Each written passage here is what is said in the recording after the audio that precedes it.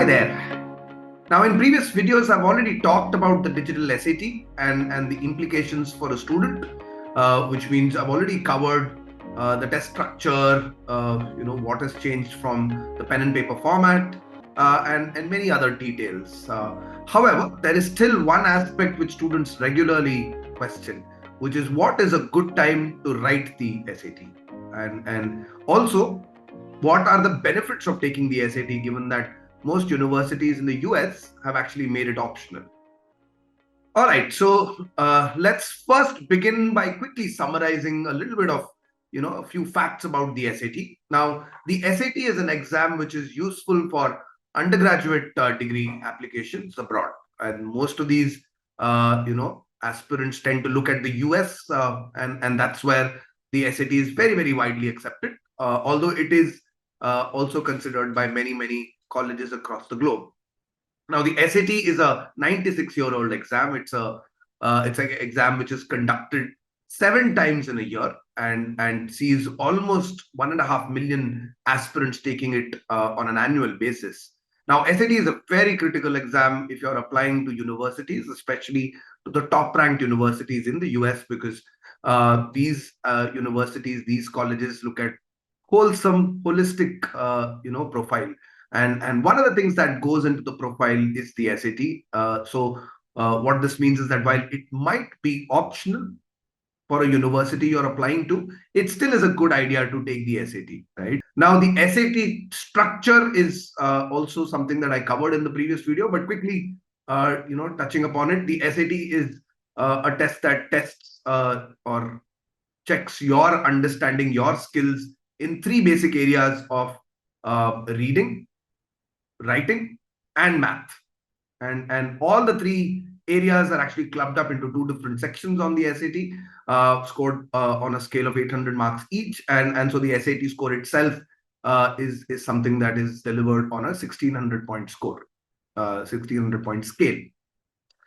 Now, one very important question about when to take the SAT is, dependent on the validity of the test. How long is the test score valid, and how much does it cost me, right? So quickly, sort of talking about that, the SAT has no validity insofar as information published by the College Board and universities, right? But most universities still sort of say that we would prefer to accept candidates who have an SAT score not more than 5 years old, right? So from that perspective, the SAT score should be valid for about 5 years, and that's great news because if you've taken the SAT and for some reason or the other you decide to wait for another year after your grade 12, it could be a family emergency, it could be something to do with funding, but you could still take a break and don't have to take the SAT again, right?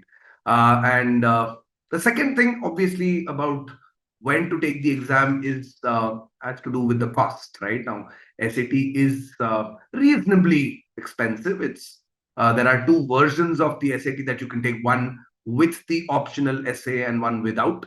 Obviously, the one version without the optional essay is slightly cheaper. It's about $105 as it currently stands in India. And remember that these costs that I'm quoting, these numbers that I'm quoting, are all a little fluctuating. So do check out the College Board website to get exact numbers in your country, in your location.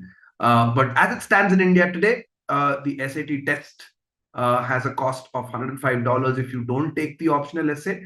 And if you do decide to take the optional essay included in the test, then it's going to cost you about $118, right? Which brings us to the main point of this essay, right? What is the best time to take the SAT? Well, the ideal time, I would say, is actually right after you complete your grade 10, right? Now, most of us, if we're targeting a university abroad, should start planning for that a little early, right? And the best time to do all of your research is right after grade 10. There's going to be a extended period where the results are awaited. Grade 11 takes some time to get kick-started in your school. So that period of lull from school academics means that you can devote all your attention towards universities and colleges that you'd like to target, and also spend that time in preparing for the SAT, right? So ideal time, the summer months in grade 11, early in grade 11. But if you do happen to miss that bus, then you could also do it in the middle of grade 11, sometime around the months of August, September, or October, right? So ideal time to take would be these two slots. Now, why do I say that? That's because the SAT, remember, is conducted 7 times a year. There are 7 dates spread across the year, which does give you a lot of flexibility, especially so if you need to retake the test. If you're for some reason not satisfied with your score, you believe that you can do better, or you feel that the schools that you're targeting, the colleges that you're targeting need a better SAT score, then you might need to retake the exam. Now, SAT has no limit on how many times you can retake the exam.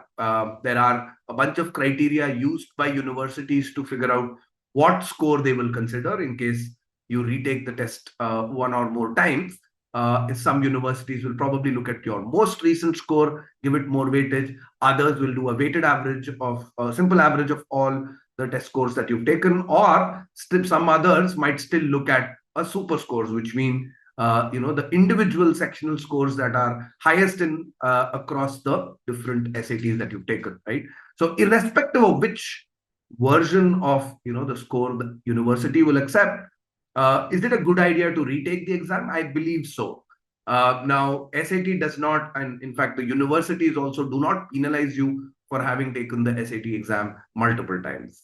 And what that means is that you need to start early in grade 10, in grade 11, because that will give you the chance to take the SAT exam once again. Now the retake attempt for you could probably be early in grade 12, right? When you graduate, when you finish grade 11 at school, come into grade 12, the summer months then would be the ideal time. So, that time is ideal also because, grade 12 pressure of board exams is not yet upon you. The curriculum is just about beginning, so you can actually cope up with, the burden of SAT as well as school academics.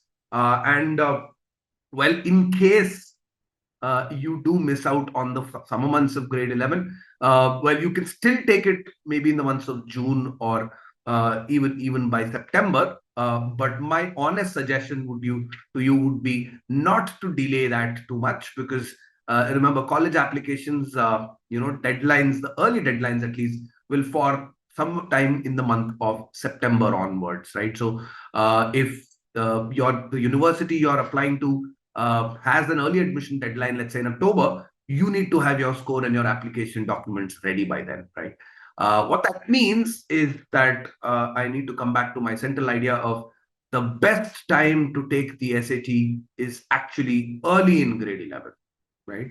Now, remember, preparing for the SAT involves, at least a 6-month duration, right? 3 to 6 months is the ideal time for preparation. And I would actually suggest that before you actually take the exam, also take a look at the testing centers close to you.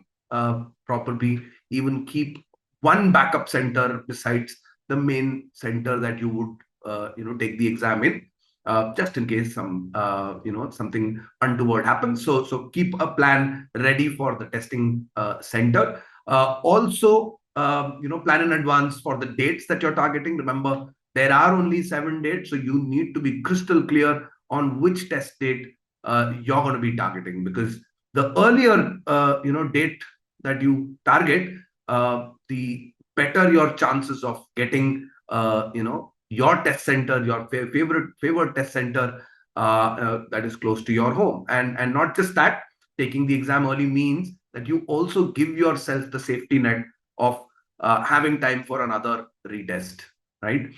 So try to finish it off sometime, the first attempt at the very least, sometime in grade 11, preferably early, right? And the last point here is that don't hesitate to contact admission consultants, or SAT experts to prepare for the exam, because remember, the test has gone online. It's now an adaptive test, and there are few mocks that are provided by the college board. And in fact, if you go to the college board website, that's collegeboard.org, then you can download a free software called Blue Book, and Blue Book gives you access to, I think, 4 free SAT mock tests. So one is that having an experienced test preparation counselor will help you better understand your weaknesses and what the test is going to really demand. And any nitty-gritties, that any problems that you face along the way can be easily clarified if you have an experienced hand, supporting you, guiding you along the way, right? So don't hesitate to do that. But I still think that you need to actually practice as many mocks as you can closer to the exam date, right? Now, I keep telling my students, if you're planning to take the SAT, keep a target score in mind and book your date, only when you're close to, the test score that you actually covet, that you're actually targeting. Thus, what that means is that if I'm targeting a score of 1500 and I start taking the first mock and I don't get a 1500, I'm not going to book my date. I'm going to wait to take a few more mocks, maybe, shore up my preparation. And the day that I start hitting a 1500 is the date that I'm going to book my SAT exam date. So that's something to keep in mind. SAT has plenty of benefits for a student, and those benefits are something I'm going to be talking about in my next video. Our services include, a very, very comprehensive list of support that we can actually provide for you, and this support can start as early as shortlisting schools and universities across countries, and also preparing for standardized tests like the SAT, GMAT, GRE, and so on and so forth. We can also personalize the process of building a very, very impactful application for you. And finally, if the university or college you're applying to has an online assessment, then we can also guide you, handhold you through that process, and make sure that you probably stand out amongst the huge crowd of applicants that most top universities will actually see. Well, that's all I wanted to tell you in this video. If you liked it, do give a thumbs up to this video. The link given in the description of this video will allow you to connect with me. If you have any questions, if you would like to seek my support or seek one of our mentor supports, then do reach out to me directly. Until then, thank you, have a great day, and wish you all the very best.